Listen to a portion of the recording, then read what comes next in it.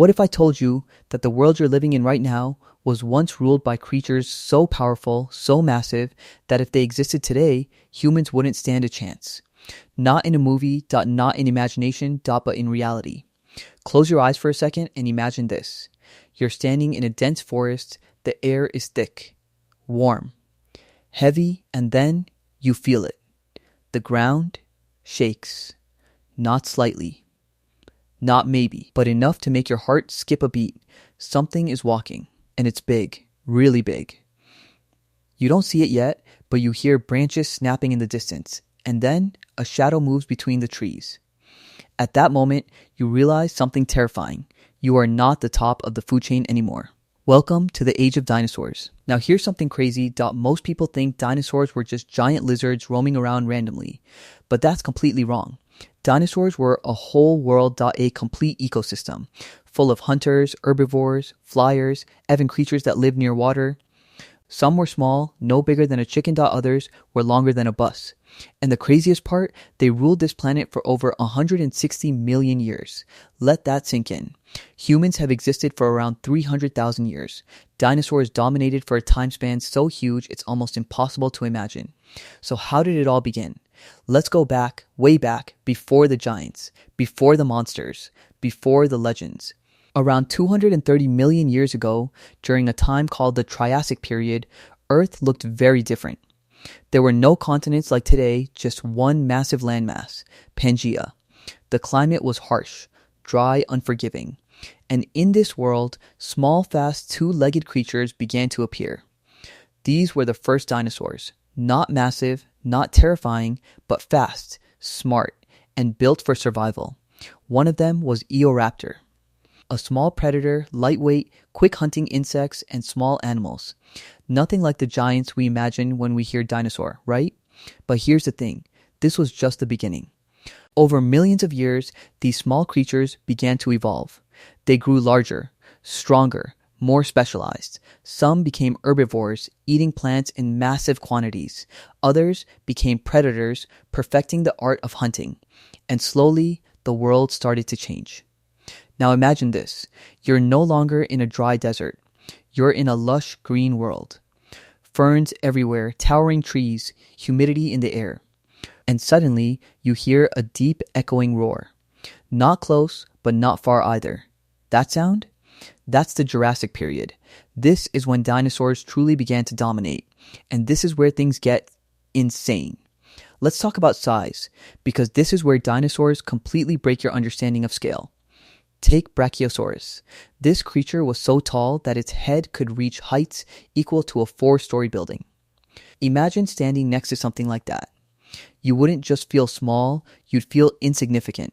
It didn't hunt. It didn't chase. It simply stood there, eating leaves from the tops of trees in a world where very few could even reach that height. And it wasn't alone. There were entire herds of these giants moving slowly across the land, shaping the environment itself. But here's a question. If there were giants like this walking around, what kind of predators could possibly hunt them? This is where things take a dark turn. Because where there is prey, there are predators. And dinosaurs didn't hold back. Now imagine you're walking near a clearing. You feel safe. There's no movement, no sound. And then suddenly, something sprints past you. Fast, too fast. Before you even process what happened, you realize you were being watched.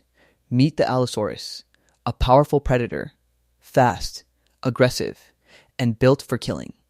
Unlike the giants, this one didn't rely on size. It relied on speed. Strategy, timing. It hunted in a way that feels almost intelligent. And this is something most people don't realize. Dinosaurs weren't just big, some of them were smart. Now let's take this even further.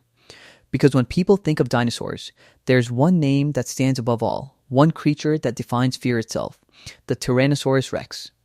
But before we jump into that, let me ask you something.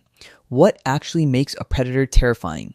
Is it size? Is it strength? Or is it the feeling that once it sees you, there's no escape? Because the T-Rex had all of it. Massive body, powerful legs, a head filled with teeth designed not just to bite, but to crush. Bone. Now imagine hearing footsteps. Heavy, slow, deliberate. Each step getting closer. You don't see it yet, but you feel it. That pressure, that instinct telling you, run. But here's the problem. Even if you run, it might not matter, because this wasn't just a predator. There were creatures that survived not by strength, but by defense. Think about this. If you can't outrun a predator and you can't overpower it, what do? You adapt. Take Triceratops. 3 massive horns, a huge bony shield protecting its neck. This wasn't just for show. This was a weapon, a walking tank, capable of standing its ground even against something like a T-Rex. And that's what makes the world of dinosaurs so fascinating. It wasn't just chaos, it was balance. Every predator had a challenge. Every prey had a defense, a constant struggle, a never-ending game of survival. But here's something even more mind-blowing. Not all dinosaurs were giants, not all were killers. Some of them were small, very small. In fact, some were about the size of a chicken, and these tiny creatures would eventually lead to something unexpected.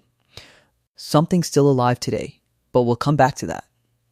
Because right now, the story is about to change. The world is about to enter its final stage. And the dinosaurs are about to reach their peak. And now, the world reaches its peak. The dinosaurs have taken over land in ways almost impossible to imagine. But here's the question. Was land the only place they ruled? Look up for a second. Imagine a sky not filled with birds, but with creatures far more terrifying, massive wings cutting through the air. Shadows passing over you silently. This wasn't a peaceful sky, this was a hunting ground. Meet the pteranodon. Not technically a dinosaur, but living in the same world and dominating the skies. Wings stretching over 20 feet, gliding effortlessly, watching everything below, and then suddenly diving. With precision, with control. With deadly intent. Now think about this. You survive the land. You avoid predators. Because if you thought land predators were terrifying and flying hunters were intense, you haven't seen the oceans yet.